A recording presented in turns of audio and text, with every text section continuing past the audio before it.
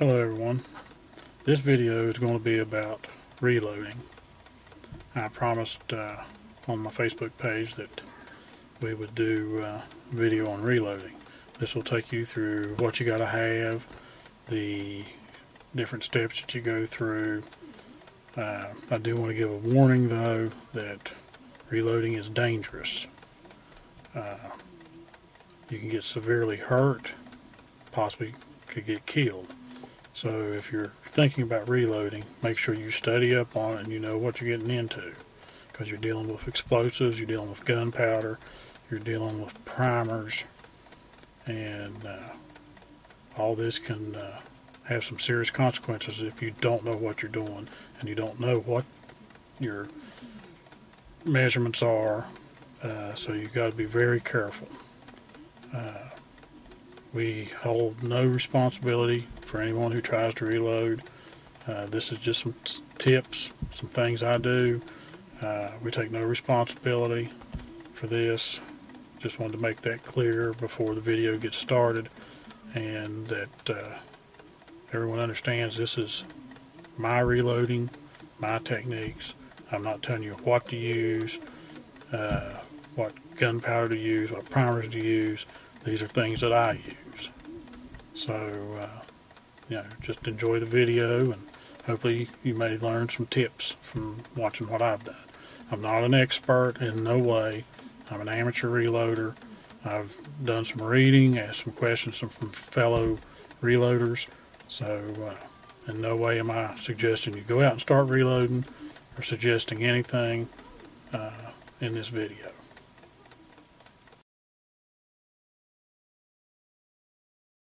Okay, we're getting down to the last few. Once this is all brushed out, next step is wiping all the lube that we put on it on the brass. Wiping all of the lube off, because we don't need it on there anymore. And you don't want lube on your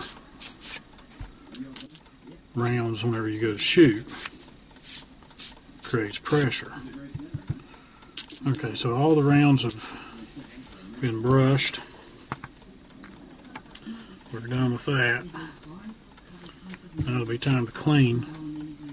And again, like I said, you put your tools up after you're done. Now some people will say, why reload? Used to be years ago, it saved a lot of money. And today it still saves some money with the cost of ammunition, but the thing is, cost of powder has gone up. This 1 pound of IMR 4064, $30. But you can get several hundreds of rounds out of this. This was the first one I bought about 5 or 6 years ago, I guess, and I still have some in it. I know I've loaded several hundred rounds of 30-06 and 25-06. I like to use one powder that covers all the rifles: 30-06, 25-06, 303, 30-30, 8mm Mauser. I can use that at IMR 4064 for all those calibers. But again, people say, why do you do it?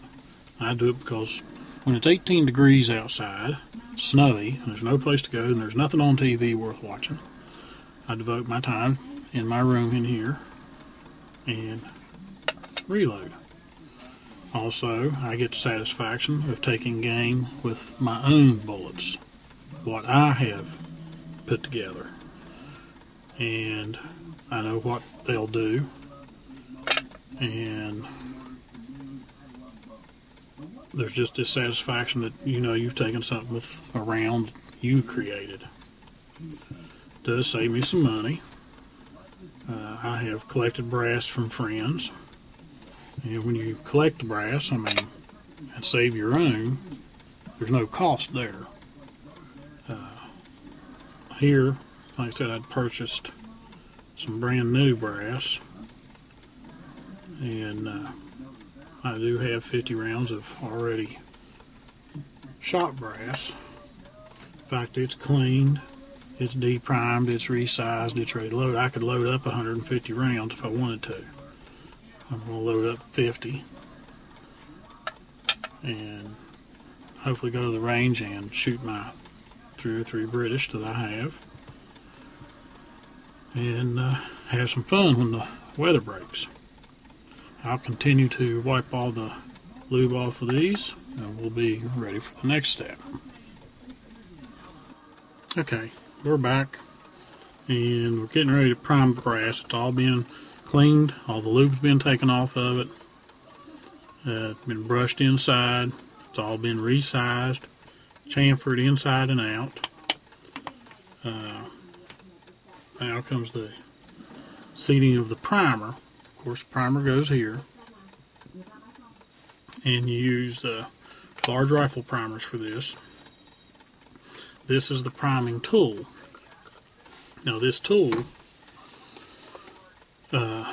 primers go in here, put the cap back on it, and the primers will go into this hole, and your brass sets, you got a shell holder that goes in here, and then when you have your brass on there and the primer's in place, you squeeze the handle to seat it, and you get a firm, solid seat. But right now I have to change the shell holder because this is a number 2, and I believe that was for the 25-06. So to do that, you just push down on the tray and the shell holder comes out. Now again, I use Lee, and this is auto prime shell holder set. I had a whole set in here. Again, I need to use a number 5, which is right here. Got it out. Put the number 2 here. And see, this comes with several. There's 1, 2, 3, 4, of course 5. There's 7, 8, 9, 10, 11, and there's a 19 in here. This chart explains to you what shell holders will work. And a lot of shell holders will work for different calibers. Like the 5 I already knows for 303 British, but it'll do a 300 H&H, 5 or a 300 Weatherby, a 300 Winchester Mag, 300 Winchester Super Mag, 300 Ultra Mag, a 308 Norma Mag, 303 British, and it'll do a 458 Winchester Mag, and it'll do a 7mm Remington Mag. So there's not a whole bunch of shell holders because one shell holder can do several different calibers. So got that and set it out of the way, and put this shell holder in. Just push down on the tray, slide it into its slot and let it up on the tray, and it's in. Now I just got to get the primers. Okay, I'm going to use the Wolf Performance Primers, large rifle. They're standard, non-corrosive. There's 100 primers in this box. This will be my first time using Wolf. I've used CCI and I've used Winchester. Back a year or so ago, well, 2 years ago, 3 years ago, yeah, around election time, 3 years ago. primers were hard to get. Everybody was buying them up. A lot of people was getting into reloading for the first time. But what you do, there's your primers, and I do 10 at a time. So take this off, dump the primers in. Okay, you can shake this, and these primers will flip up. Sometimes you got to flip them up yourself. But there's the primers in, and I'll put this tray on, close up the primers, and move them out of the way. Okay, and like I said, sit here and you just kind of shake this, and the primer will fall into place. I don't know if you can see it in there, but the primer's in place. I'll take my brass, stick it in there. Now I'll hold it away from me, because just in case the primer would go off. Of course, I don't want any other primers falling down in there, so tilt it to one side and away from me, and you gently squeeze.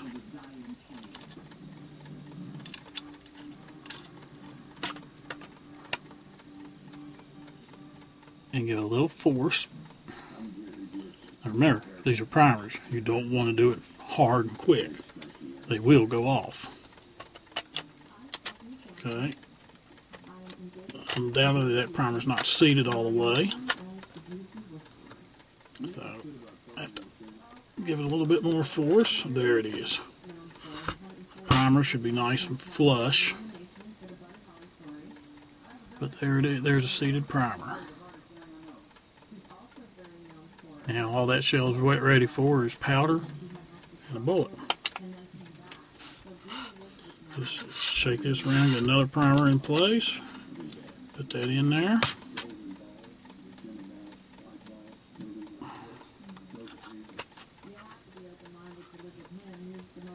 And there's another one. Okay, I'm going to go ahead and get these all ready, and we'll be back in just a minute. Okay, we're down to the last three.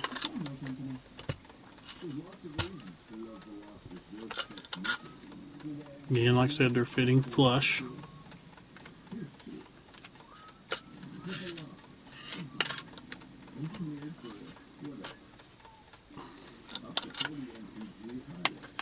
Anytime you're reloading, you should wear safety glasses. And like I said, always point these things away from you, just in case one of these primers would happen to go off. Well, now we're done with priming. So we have 40 rounds primed and ready to go. I do want to stress that reloading is dangerous. You have to devote your total concentration to it. If you smoke, you don't want to be smoking in the room you're reloading in. Powder is explosive. You got to keep your concentration on your reloading, especially when we get into this next step, which is charging the brass with powder. You want to make sure you get the right amount of grains in each case. You don't want to overcharge. Now, most of these cases, 39 grains of powder. If you try to put a second dumping of powder in that brass, it's not all going to fit. But still, you have to pay close attention. Do not overcharge. You overcharge a piece of brass, you put a bullet in, and you try to shoot that round, it's going to go off, but it's going to hurt you. That overcharge could split the chamber, blow the barrel. You could be seriously hurt, if not killed. So when you're reloading, you have to pay attention to what you're doing. And we're ready to move into the next step, which is charging each round with powder. And I'll get that set up here. One thing you'll have to have is a scale And I have one here. That's an RCBS bar scale. And then also there's a tool called a trickle charger. And basically you put powder in this, and it's got a little spinner here. And what it is, this rod at the end here is threaded, but there's a hole inside on that tube, and what it does, it picks up some grains of powder, and as you're sitting here with your pan on your scale, and you got your scale set to the appropriate grains, and you're off just a little bit and you need some. You have some powder in here, you turn it, and a grain or two will drop into the pan and then balance out the scales. The scales, of course, these go from 0 to 500 grains, and you got your increments here. And like if I go ahead and charge this with 37.2 grains, I set this at 30 first. Okay. Then move this to the 7 mark, and move this one to the 0.2 mark, and I'm ready. Now I do have to adjust it. We've got an adjustment wheel here, and to adjust this, you set everything on 0.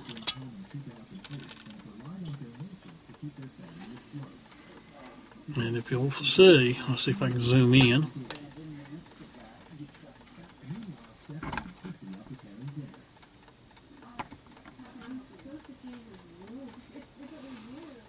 Got this 0 right here.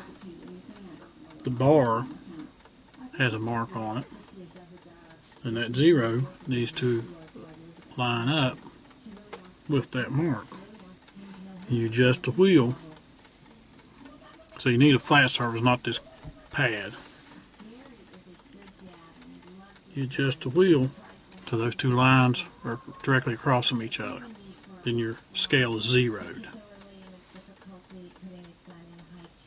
I've gotten a mouse pad here, put my scale on, and zeroed the scale. Got it set for 37.2. Got the trickle charger sitting here. And then I also have, then this is handy.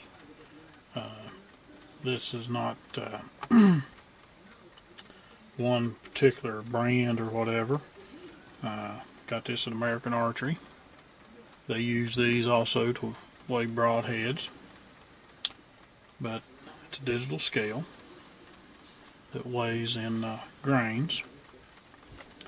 And of course I can do my powder in the bar scale, and I can set it here also and turn it on and check digitally that I'm at the right grains to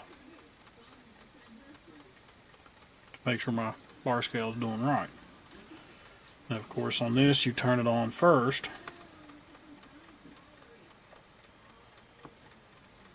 and you have to wait till it sets to 0. Once it sets to 0, you place the pan on,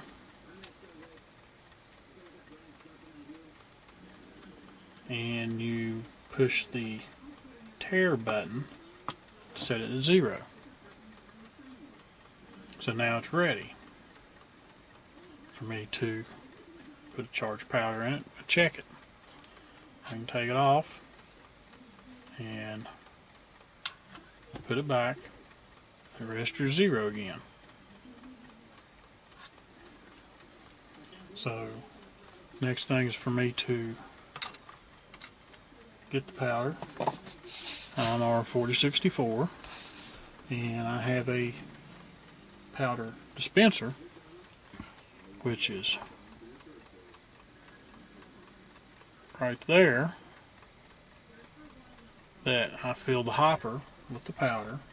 It does have a micrometer gauge on the side to adjust the volume. It measures in volume and not grains, to try to get a close proximity of a charge of powder.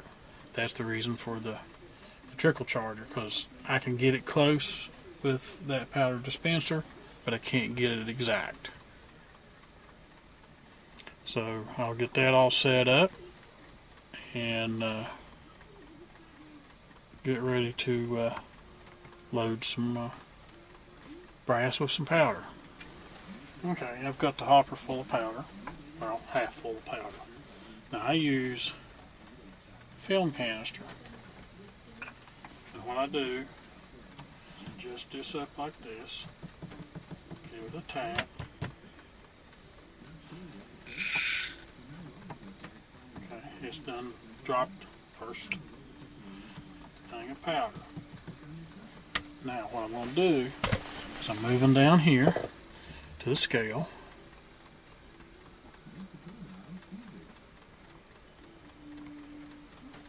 Okay, and I'm going to put it in the pan.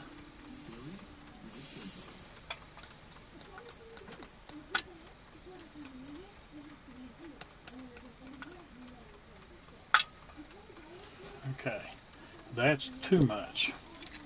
So what I'm going to do is I'm going to take some of that and dump it in there, into the trickle charger. Okay. Now, that's not enough. Let me add some more powder to the trickle charger. Now this powder is stick powder.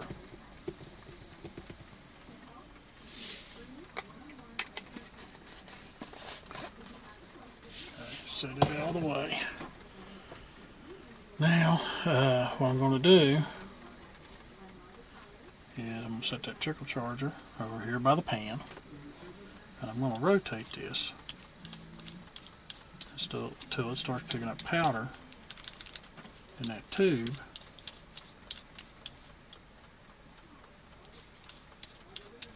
Okay, now it's starting to come out little by little. Let's see if I can zoom on so you can see exactly what it's doing.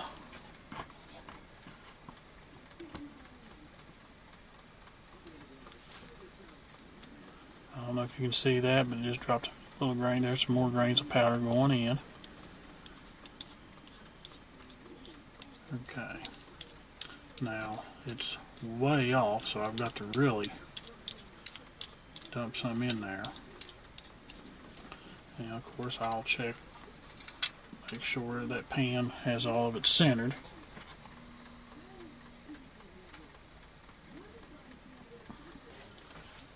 And I'm going for the 37.2 grains of powder.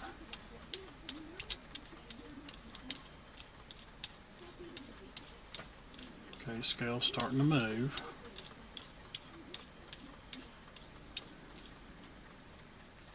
Okay, looking at the scale,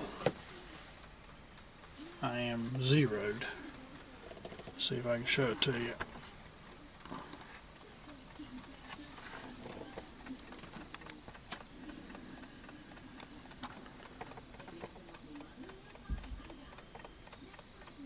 The lines are across from each other. Okay, so now I'm going to turn on that scale, digital scale.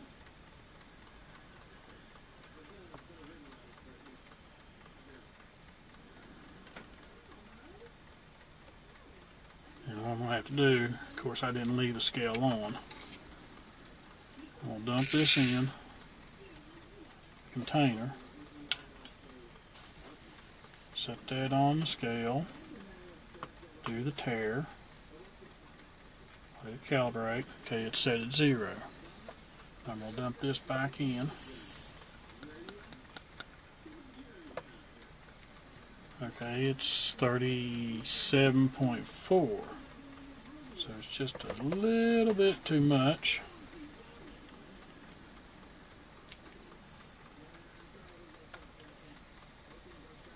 37.2. So there's our first charge. Now what I'm going to do is this funnel, this also came from Lee. You can buy a Lee reloading kit. It comes with a single stage press and a lot of the essential equipment you need. You still have to buy your dies and some other smaller pieces of equipment, but it comes with a funnel, comes with a Lee bar scale, comes with lube for your casings. But this funnel is made to fit over the brass. Then you pick up your powder that you've measured out.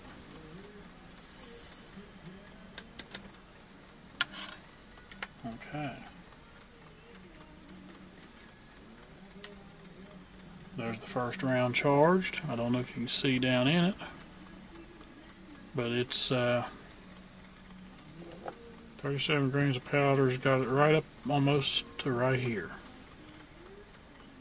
So, I mean, like I said, if you overcharged it, you definitely know. So we'll get another charge of powder.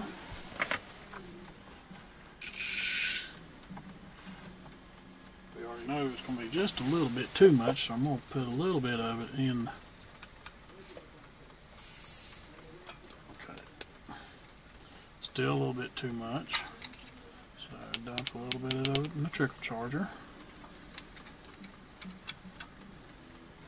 And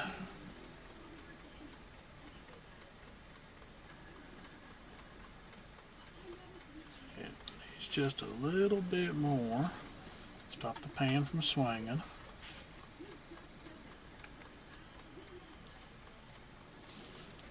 So add just a little more. There we go. The trickle charger out of the way. This digital scale has a automatic shut off after 60 seconds, so I'm going to have to turn it back on, let it zero, set the pan on, do the tare. Okay. Dump the powder in. Yeah, 37.4. So, you know, the scale's off just a tad. So,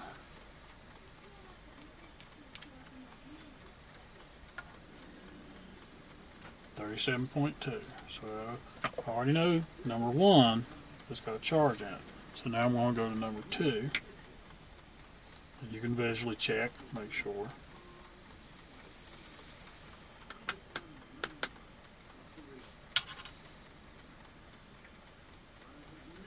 Okay, number 2's charged, and that's the process you go through. So I'm going to go through and get all these charged, and when we get down to the last few, I'll turn it back on, and then we'll get into seating the bullet.